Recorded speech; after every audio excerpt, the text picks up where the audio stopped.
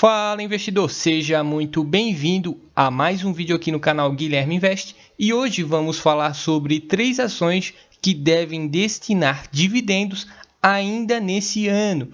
Mas antes, caso você seja novo por aqui, eu deixo o convite para você se inscrever aqui no canal Guilherme Invest e acompanhar a minha carteira de investimentos que eu faço aberta aqui no YouTube e vamos juntos em busca da nossa tão sonhada liberdade financeira. Peço também que você já deixe o seu like, pois isso ajuda esse vídeo a chegar a quem tenha interesse por esse tipo de conteúdo. Bom, e a primeira empresa que eu trago aqui nessa lista é a Sanepar. A Sanepar deve sim anunciar dividendos ainda nesse ano e é uma empresa que particularmente eu gosto bastante, principalmente por esse crescimento nas receitas, que são realmente muito grandes. Nos últimos anos, as receitas da Sanepar cresceram em uma tendência bem acelerada e o lucro líquido vem acompanhando esse crescimento. Lembrando que a Sanepar é a empresa responsável por realizar o saneamento no estado do Paraná e, em geral, a maior parte dos seus contratos são para o longo prazo e isso aí já deve deixar uma certa segurança. Hoje, podemos comprar uma ação preferencial de Sanepar por cerca de R$ 3,76, esse preço está bem próximo da mínima das últimas semanas. E percebam que nos últimos meses essa ação vem caindo bastante. Ação essa que inclusive já chegou a ser cotada acima de R$ 6 em alguns momentos.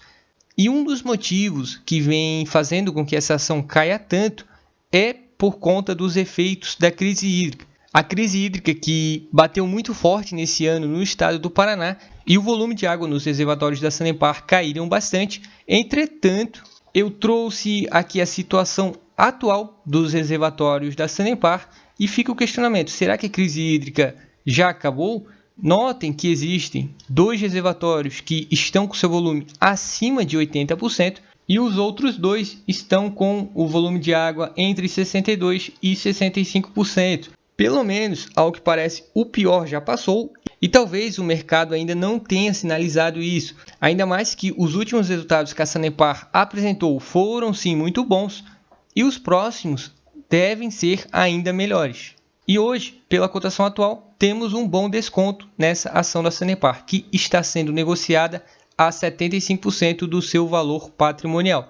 Ou seja, o P sobre VP é de 0,75, levando em conta o valor patrimonial da ação, que é de R$ 5,01. O P sobre L é de 4,98, ou seja, em menos de 5 anos, a Sanepar gera de lucro o preço da sua ação atual. O dividend yield é de 5,4%, é sim um bom dividend yield, entretanto, a Sanepar está com um payout baixo. A porcentagem do lucro que a empresa distribui para os seus acionistas hoje é de cerca de 30%. Se a Sanepar aumentar, esse dividend yield deve subir bastante. Levando em conta que o lucro por ação hoje é de 0,75, se a empresa destinar metade desse lucro líquido para os acionistas, que seria mais ou menos um dividendo de 37 centavos, isso já geraria um dividend yield de quase 10%. E isso pode sim ocorrer. E sobre os dividendos, normalmente a Sanepar anuncia 2 vezes por ano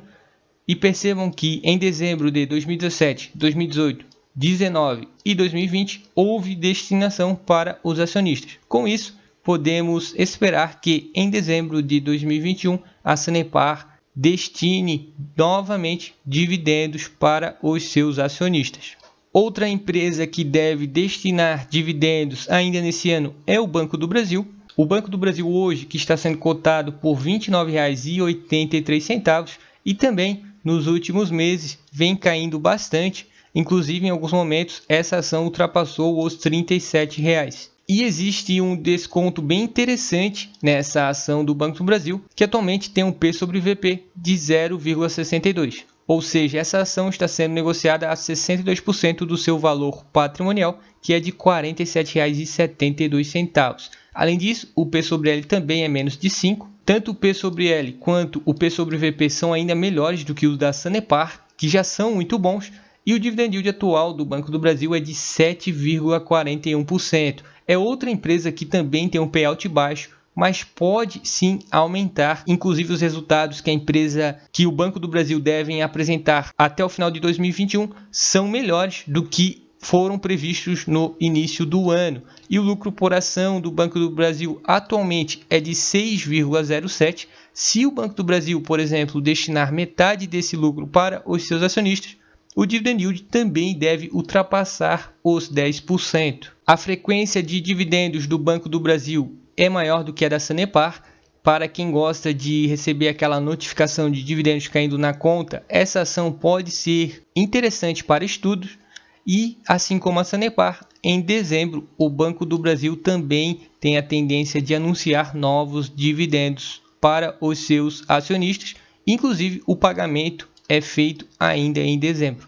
E, por fim, a última empresa dessa lista que deve anunciar dividendos ainda nesse ano é a B3, a nossa Bolsa de Valores, que é a única bolsa do nosso país, não tem concorrente e, por ser um monopólio, dá também muita segurança para os acionistas.